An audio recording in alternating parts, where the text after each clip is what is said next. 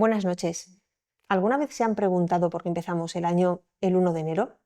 ¿Se les ha pasado por la cabeza que quizás no siempre haya sido así? ¿Quieren conocer la respuesta a preguntas como esta? Como estas, pues estamos de enhorabuena porque para eso está Una de Romanos y para eso está Juanma Sánchez en este espacio semanal de Radio Televisión Ceuta. Buenas noches, Juanma. Hola, ¿qué tal? Tú tienes pinta de organizarte muy bien el tiempo. Eso te viene de la Bueno, pasión por Roma también. viene del cuadriculado que es uno al final, sí, pero tiene que ver con todo eso. Vamos a hablar del tiempo, pero realmente, Del año. claro, Mm. del tiempo cronológico, ¿no? Y sobre todo de los espacios largos de tiempo. Normalmente, si nos remontamos a una época anterior, al mundo romano o griego, que ya empieza a estar eso medio estructurado, el tiempo no tenía mucho sentido más allá de las épocas de, de siembra, ¿no? De la relación, el tiempo cronológico con el tiempo atmosférico, ¿no? De cuando siembro, cuando recojo, cuando madura la cosecha, cuando la Al recojo. final es la subsistencia lo que marca la necesidad de Claro, organizar el tiempo. hablamos de nuestros orígenes y una vez nos asentamos en el territorio, dejamos de ser eh, cazadores, recolectores, pues empezamos a cultivar y eso implica que nos amarramos a la tierra y nos amarramos a las condiciones de esa tierra en la que vivimos, a ese clima. Por eso decía la mezcla entre el tiempo entendido, o el clima como meteorología y el tiempo como cronología.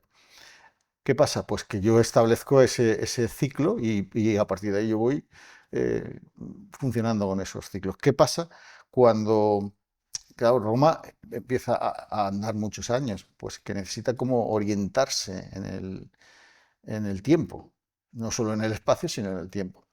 Entonces necesita una cronología que permita abarcar, ¿no? Entonces ellos establecen una primera cronología diciendo, bueno, pues vale, pues desde la fundación de la ciudad. Y utilizan esa referencia para ir midiendo el paso de 100, 200 años, no ya de O sea, desde su existencia. claro, Mm. no de una generación, sino incluso de más, ¿no? Para poder contar su historia o para llevar sus anales, ¿no? Su propia existencia, ¿no? Entonces, se establece como el año cero, el de la fundación de Roma, el año cero para ellos. Que es el 750 Es el 753 antes de antes de Cristo. Cristo. Claro, esa es la relación que existe cuando ellos dicen lo- el AUC, Apurbe, ujú, apurbe condita. ab urbe condita. No, antes aparecería la U, no existe para ellos, existe la V, pero bueno, Apurbe condita. ab urbe condita. Desde la fundación de la ciudad sería Ujú. la traducción. Entonces, ellos fijan su calendario y dicen, pues han pasado 100 años, 200 años desde la fundación de Roma. Si decimos que han pasado 500 años desde la fundación de Roma, pues estaríamos hablando del año 253 a.C. Esa es una forma de hacerlo, pero tienen más. Ellos, Roma pasa por un periodo turbulento y en principio en sus orígenes y luego se establece un rey. Hay una cosa que Roma odia en profundidad, que es el concepto regio, ¿no? Porque ellos vienen de un periodo en el que tienen una serie de soberanos y llega un momento en que los eliminan. Y, y desde entonces ellos le tienen una aversión especial a, a un rey, ¿no? Y si hay algo de lo que huyen es de ese, digo, las clases dominantes, de que alguien los confunda o los llame, porque saben que eso es el final, ¿no? Porque Roma no admite, el pueblo romano no admite un rey. Entonces, ¿qué pasa? Que es lo que llamamos el periodo republicano. Entonces, ¿cómo funciona la república? Pues con dos cónsules.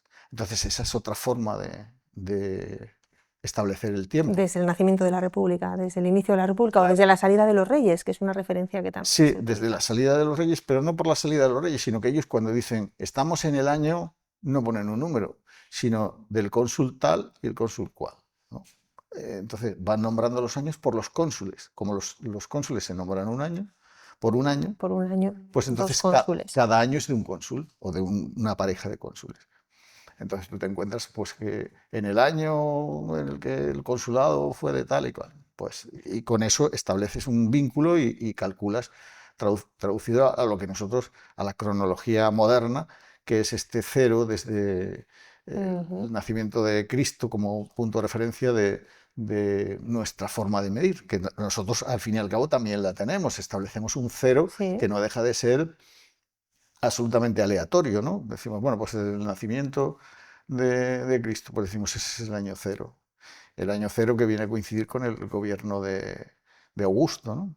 Es cuando vive Jesucristo. Pero también no deja de ser un valor relativo, ¿no? Como es todo. Es un marco de referencia en el que tú te orientas. ¿Cómo funcionan los pueblos primitivos con el año? Pues ellos solo tienen 10 meses, no tienen 12 meses. Realmente a ellos les da igual el tiempo que tarda la Tierra. Hablamos de antes de Roma. Sí, a ellos les da 10 igual. meses, no 12. 10 meses.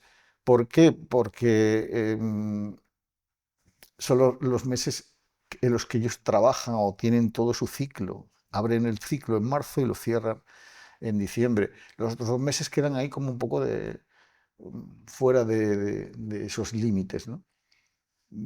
Marzo, que es claro, perdona que te interrumpa, el comienzo de la primavera, es el momento fundamental. Es el momento, es cuando la Tierra despierta.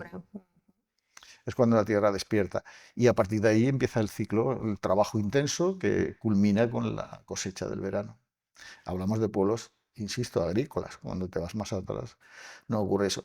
También podríamos ver que, o podríamos aducir que Babilonia ya sí entra a calcular los pueblos del creciente fértil, ya sí empiezan a calcular ciclos, estaciones, empiezan a decirnos cuándo hay eclipses, es decir, ellos ya empiezan a analizar el cielo y empiezan a darse cuenta, bueno, de que se circunvala el Sol en un año, en fin, ellos ya establecen que también tenemos algunas costumbres babilonias, ¿no?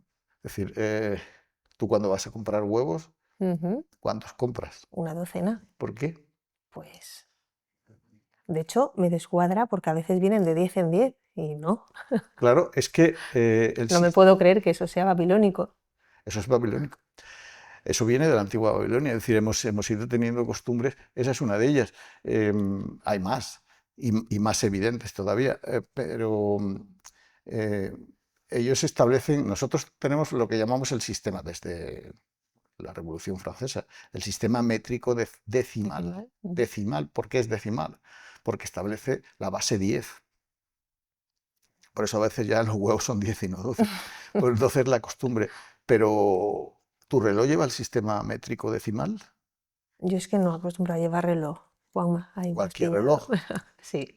Lleva el sistema métrico decimal. ¿Cuánto dura una hora? 60 minutos. 60 minutos y un minuto, 60 segundos, sexagesimal. Sexagesimal. Babilonio. Es decir, hay una serie de costumbres que hemos heredado, hemos mantenido y 3.000 años después seguimos teniéndola.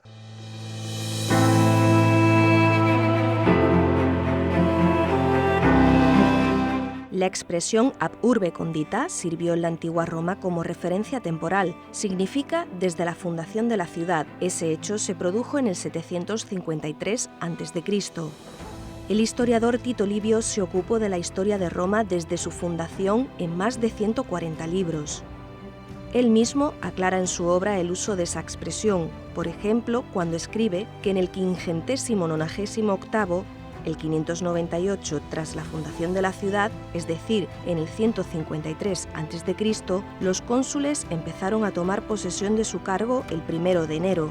La causa de este cambio en la fecha de las elecciones, apunta Tito Livio, fue una rebelión en Hispania. Esa rebelión fue la de Numancia.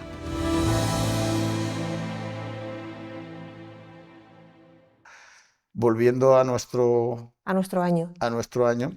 Que ya vemos que no siempre empezaba en enero y en Roma empezó... En Roma empezaba en marzo. En marzo también. Como en marzo es cuando empieza el año, pues en marzo es cuando se elige a los cónsules, ¿no? Entonces, cuando establecemos los años decimos pues de marzo a marzo.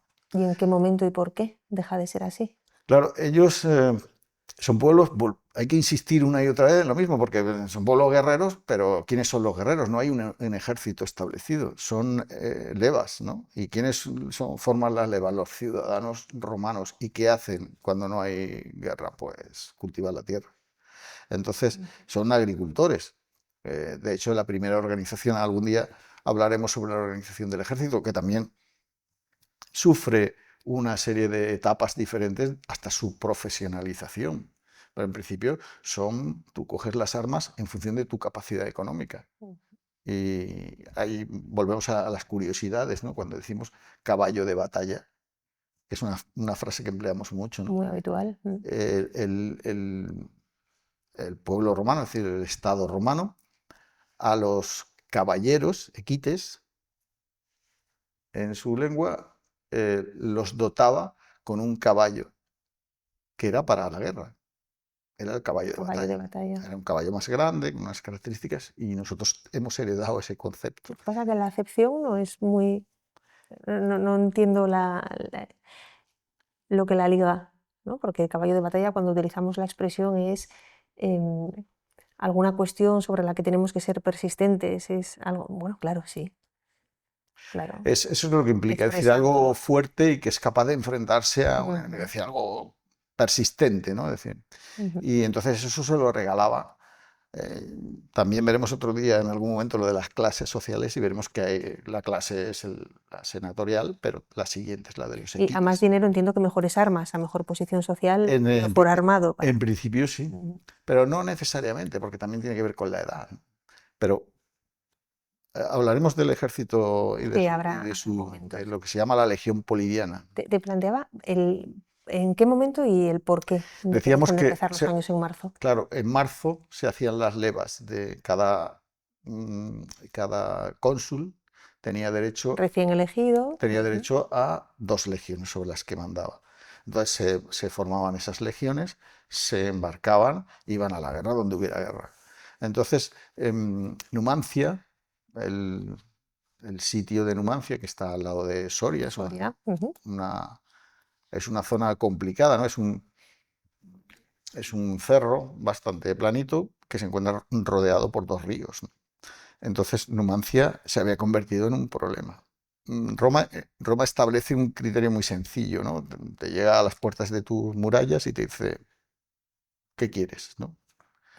¿Por Si, las buenas o por las malas? si quieres, yo te doy una serie y te exijo otra serie de cosas a cambio, ¿no? Tú me das, yo te doy, y yo sigo mi camino. Si no, pues me quedo aquí hasta que... Entonces Numancia es de las ciudades que dice que no, es un pueblo celtíbero, está en la mezcla, está entre los celtas, Ujú. que están situados más en lo que es Galicia y lo que es el este, que serían los La iberos, ¿no? parte Es de una Levante. zona de mezcla ahí en el Duero, que se produce en todo lo que es lo que ahora llamamos la Ribera del Duero, y forma parte de esta ciudad. Entonces resiste durante muchos años. El ejército romano incluso se acostumbra a estar a vivir de una forma bastante relajada y atacan de una manera poco, poco, Algo así como un sitio, tenemos que sí, imaginar. pero blando. No es un Ujú. sitio realmente duro porque a ellos les siguen entrando alimentos y les siguen entrando hasta que Roma entiende que eso no puede seguir así.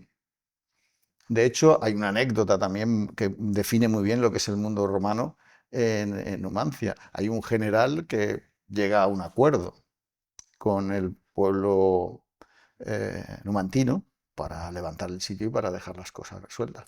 Y entonces, con ese acuerdo, él regresa a Roma porque lo tiene que aprobar el Senado romano. El Senado romano dice que no, pero no solo dice que no, sino que coge al general que ha llegado al acuerdo, se lo lleva otra vez a Numancia, lo desnuda y se lo pone en las puertas de las murallas y le dice, ahí lo tenéis, no hay acuerdo.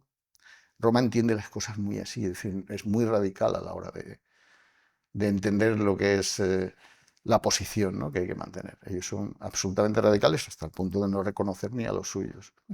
Entonces, ante esta situación, ¿qué pasa? Pues que si empiezas en marzo, llega abril, mayo, cuando llegas, los transportes no son tan fáciles, se guerrea en verano, y ya sabemos lo que es Soria, pues cuando llega un poco octubre ya hay que irse porque ellos en invierno no es época.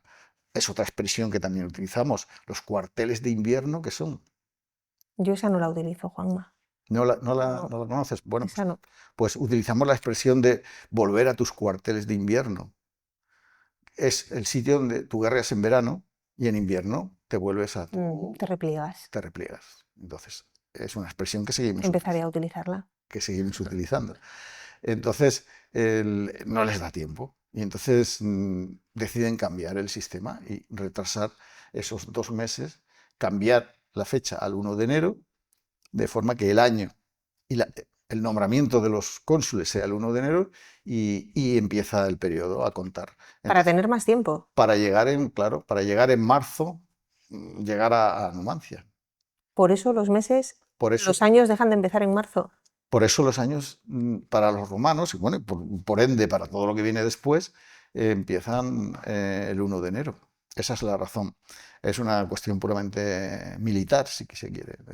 Es una cuestión de distancia, es decir, de poder llegar con los cónsules en tiempo de batalla, de poder batallar. El peso de Hispania en una Empezó en situación como un esta. lugar que se recuerda por la resistencia. Otra expresión que también seguimos utilizando. ¿Cómo es la resistencia? Cuando queremos decir que alguien se amarra mucho es una resistencia numantina. Numantina, sí. Porque es gente que al final, al final ellos mandan a un Escipión. El Escipión pone orden en todas sus tropas. Ellos tienen una serie de campamentos, todavía se ven los emplazamientos. Si tú vas al sitio, el sitio es espectacular. Yo no para conozco verlo. Numancia, sí, has estado, claro. He estado. Y hay la reconstrucción de uno de los campamentos, pero hay varios campamentos. Ellos rodean toda la zona porque la zona es complicada y los dejan allí y los aíslan completamente hasta que se matan entre sí. Tampoco ellos entendían muy bien lo de la esclavitud y todo eso. Entonces las familias se matan entre ellos. Aparte de que se mueren de hambre porque los tienen allí hasta el final, y antes que rendirse prefieren morir. Y eso es una resistencia numantina. Numantina, sí, una lucha numantina. Sí. Para Roma eso es muy importante. Es decir, Roma valora mucho que un enemigo sea así. Es lo que realmente valora cuando también decimos Un Roma. pueblo resiliente valora la resiliencia. Claro, ellos valoran mucho y le dan. De hecho, Numancia ha persistido en su memoria y en la nuestra, ¿no? Es decir, utilizamos el Roma no paga traidores, ¿no? Es decir, ¿qué quiere decir exactamente eso? También lo seguimos utilizando. Quiere decir que ellos valoran la lealtad por encima de la traición, aunque la traición les favorezca. Yo no sé si ese mismo año en el que se añaden esos 2 meses empiezan ya a celebrar el Año Nuevo, pero lo que sí he encontrado, buceando un poquito en Roma, es que había una fiesta, una celebración, la Sestrena, que consistía en un intercambio de regalos, que simbólicamente representaba pues, el deseo de prosperidad entre quienes se los hacían, y lo que ocurre todavía a día de hoy, una curiosidad, es que en Valencia se llama el aguinaldo de Navidad Les Estrene. Y Sí, que tiene ahí. Bueno, la evolución del lenguaje, pues somos herederos del latín, ¿no? Es decir, nuestra lengua viene del latín. Ellos tienen una costumbre que forma parte de ese intercambio de regalos, pero también de posiciones. Hay un día en el que los esclavos son señores y los señores son esclavos, ¿no? Tiene relación. Esto para otra. Porque hablar de los meses también dará juego, ¿seguro? Seguro, si con esto ya nos hemos liado. Pues en los meses, para la próxima semana. Buenas noches.